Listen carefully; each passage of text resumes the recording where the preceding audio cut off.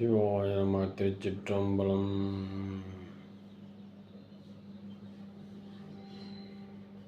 அனைவருக்கும் வணக்கம்.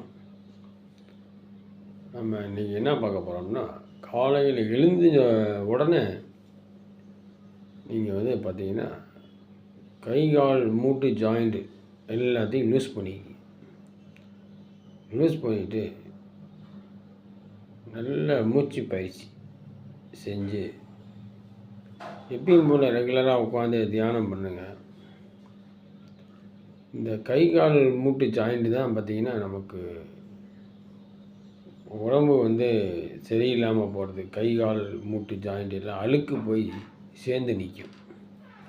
இந்த அழுக்கு போய் சேர்ந்து நிற்கிறதுனால தான் எல்லாருக்கும் உடம்பு சரியில்லாமல் காய்ச்சல் வர்றதெல்லாம் அதனால தான் வரும்.